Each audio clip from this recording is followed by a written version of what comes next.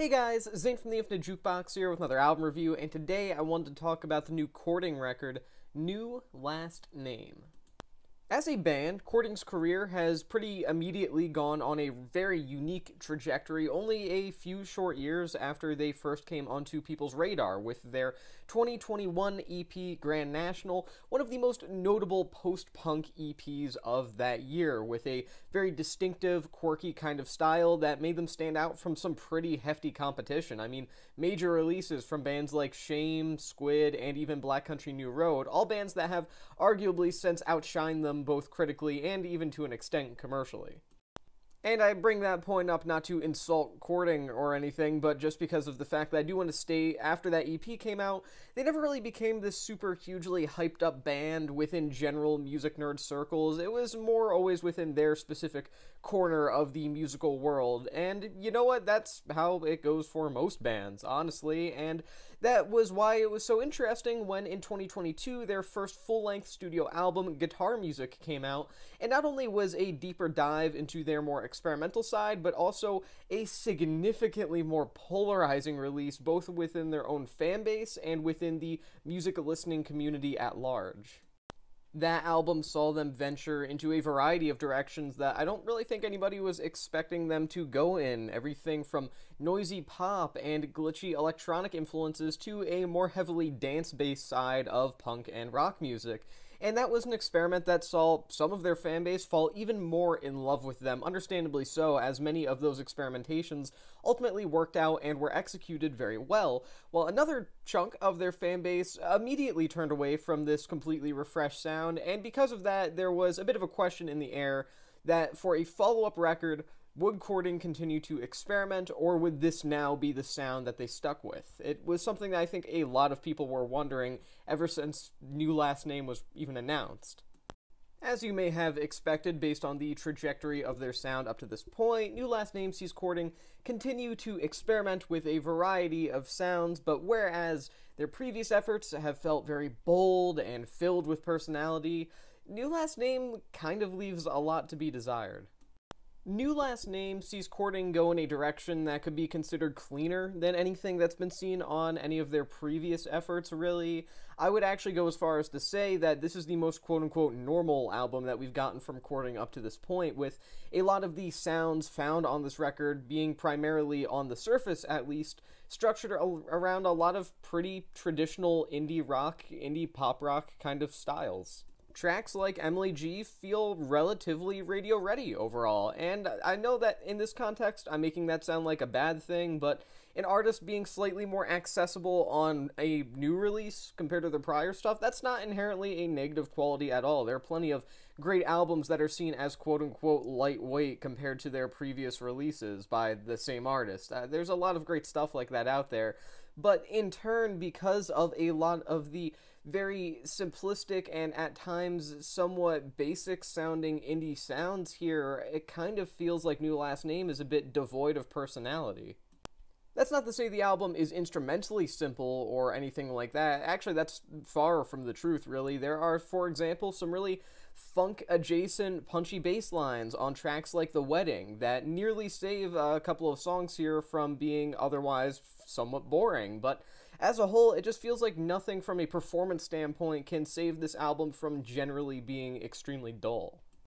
I mean, even if you are someone who's not a fan of Grand National, if you're someone who's not a fan of Guitar Music as an album, I think it's pretty inarguable that there is a ton of raw energy on both of those records, and I personally feel as though that just is not something that's found here.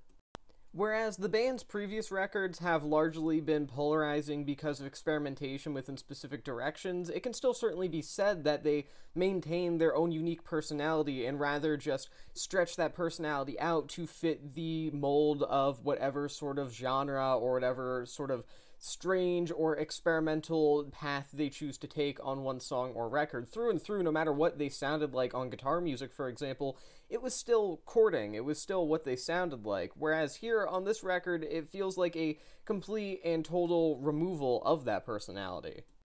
And look, I know I'm not one to tell a band what they should or shouldn't sound like. Really, nobody is. Every single artist is entitled to sound like how they feel like sounding like. That being said, I still do think it's worth bringing up that this record sounds like a completely new band, not because of anything that the band are doing to change themselves, but rather just because of the fact that they feel significantly less passionate about this one specific new sound they're going in, something significantly more based around a sense of structure and a sense of restraint, two things that really courting haven't totally shown a ton of in the past, and generally it's been for the better in those cases. Again, courting can sound like what they want to sound like. That's absolutely true for any artist on this planet. It is an artist's right to do what they want to do, absolutely. But still, it remains that new last name just feels so much less ambitious and so much less outright daring compared to what they've done in the past. And it just doesn't feel like it's nearly on the same level of quality that other courting releases have had up to this point. It could be argued that the focus on melodics throughout a lot of this record could have potentially saved it from being an otherwise totally dreadfully boring record, and I think that is true in theory. There could have been a lot of really fantastic passages here that could have, really stuck with the listener despite being a very different sound for courting as a band, but ultimately that just doesn't feel true. There's no real hooks or choruses here that stick with me, nothing that I feel is very distinguishable as a highlight, and in turn it just leaves an album feeling kind of gray, and that's really the only way I can describe it, just this sort of amorphous blob that doesn't really have anything that stands out to me beyond a sound that I can't help but feel is somewhat common within the current realm of indie music. I mean, there are tons of very upbeat pop rock bands with slight post-punk or punky influences strewn about their sound, active right now, making music, and courting becoming that is kind of a shame considering they really heavily stood out in the past. It could also be said that the worst quality of New Last Name as a listening experience comes in the form of none other than Sean Murphy O'Neill's vocal work, which, oddly enough, previously has actually been somewhat of a highlight in courting's music for me.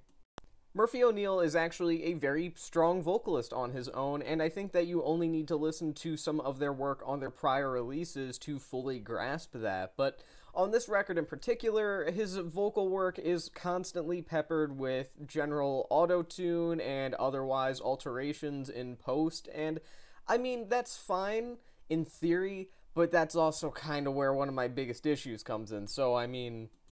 I think this is another example of something this album does that in concept is not a bad thing whatsoever, especially when you consider that their last full-length album, Guitar Songs, did have a lot of electronic influences, a lot of glitchy influences strewn about it. And you know what? Digital alteration of vocals is not inherently a bad thing at all, and it's really nice to see over the course of the past few years how stigma around that notion has kind of gone away. In fact, you could even argue that the past 5 to 10 years or so have been a bit of a golden age for digital processing of vocal work within the context of music. Some of the most boundary-pushing artists within the past few years have had, at least in part, based some songs or even entire albums around auto-tuned or, again, otherwise altered vocals. That being said, New Last Name just does not handle the concept well at all. Sean Murphy O'Neill's vocals on tracks like We Look Good Together are ridiculously awkward, however, and ultimately any emotion that's delivered via his performances is turned into this overall sense of flatness that kind of weighs down on the record.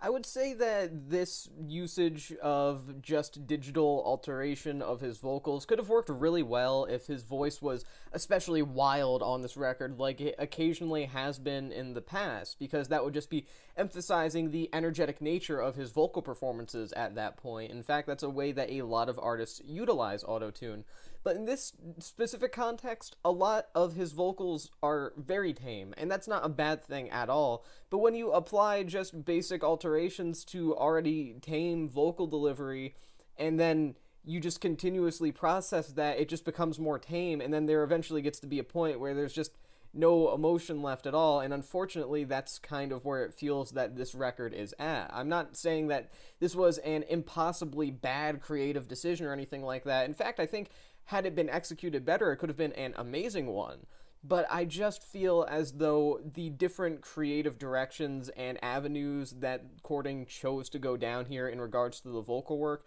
just did not work all that well with Sean Murphy O'Neill's actual eventual vocal work. And, well, that's kind of an issue when the vocalist and the decisions you're making for the vocalist don't really mesh that well.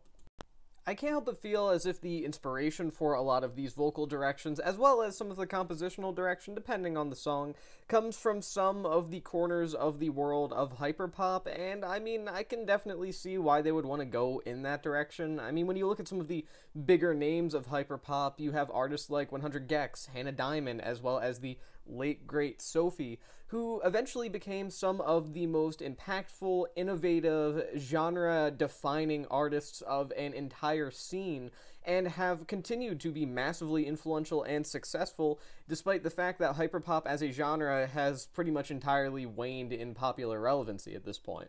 It seems like New Last Name often wants to really pick up on a lot of those sounds and influences, a lot of the more crazy usage of electronic sounds, a lot of the more pop-oriented song structures, a lot of the heavy pop culture-laden songwriting, a lot of the very heavily digitally altered vocal work, but it just feels like the album never really dedicates itself to it fully, as if the record almost isn't brave enough to quite go that far to go in that bizarre of a creative direction. And honestly, I really think that's a shame, as at surface level and beyond surface level quite a bit, at that this record still is a pretty run-of-the-mill indie pop rock record that just so happens to have some pretty interesting influences which have really not much done with them.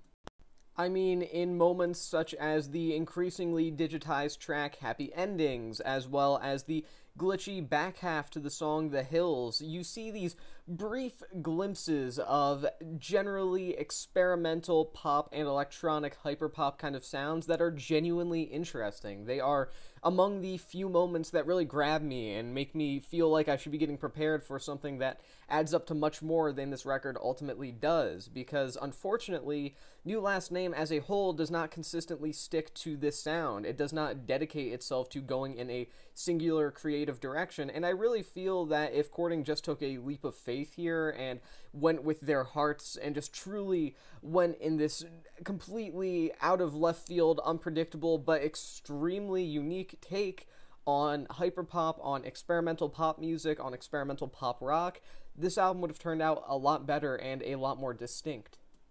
Courting's lack of dedication to these sounds kind of forces the listener to actually acknowledge those influences themselves if you have, the knowledge to really kind of understand where at least some of those influences come from, and if you aren't really able to do that, if you don't have a keen ear or anything like that, which is totally respectable, then it's kind of hard to appreciate some of the more subtle influences going on here. The way that they don't allow it to totally dictate their sound is fine, but the way that they don't totally embrace it either makes for a record that feels a bit muddy and confused. I mean, to paraphrase the greatest writer of all time, Garth Marenghi, I know bands who use subtext and they're all cowards. I'm sorry, Courting, I don't think you're cowards. I just really like Garth Marenghi, and I just wanted to quote him. I'm sorry. Listen, no matter what, my point still is the lack of real just dedication and sticking with either this sort of hyperpop sound, or the jaunty post-punk influences, or the more vanilla pop indie rock kind of stuff going on here. It just leaves New Last Name generally feeling kind of directionless and a bit confused, and that's a shame because there are some interesting ideas here, just none of them are executed particularly well. If I'm being totally honest, it feels like New Last Name is an album that just should have been able to do so much more than it ultimately has here.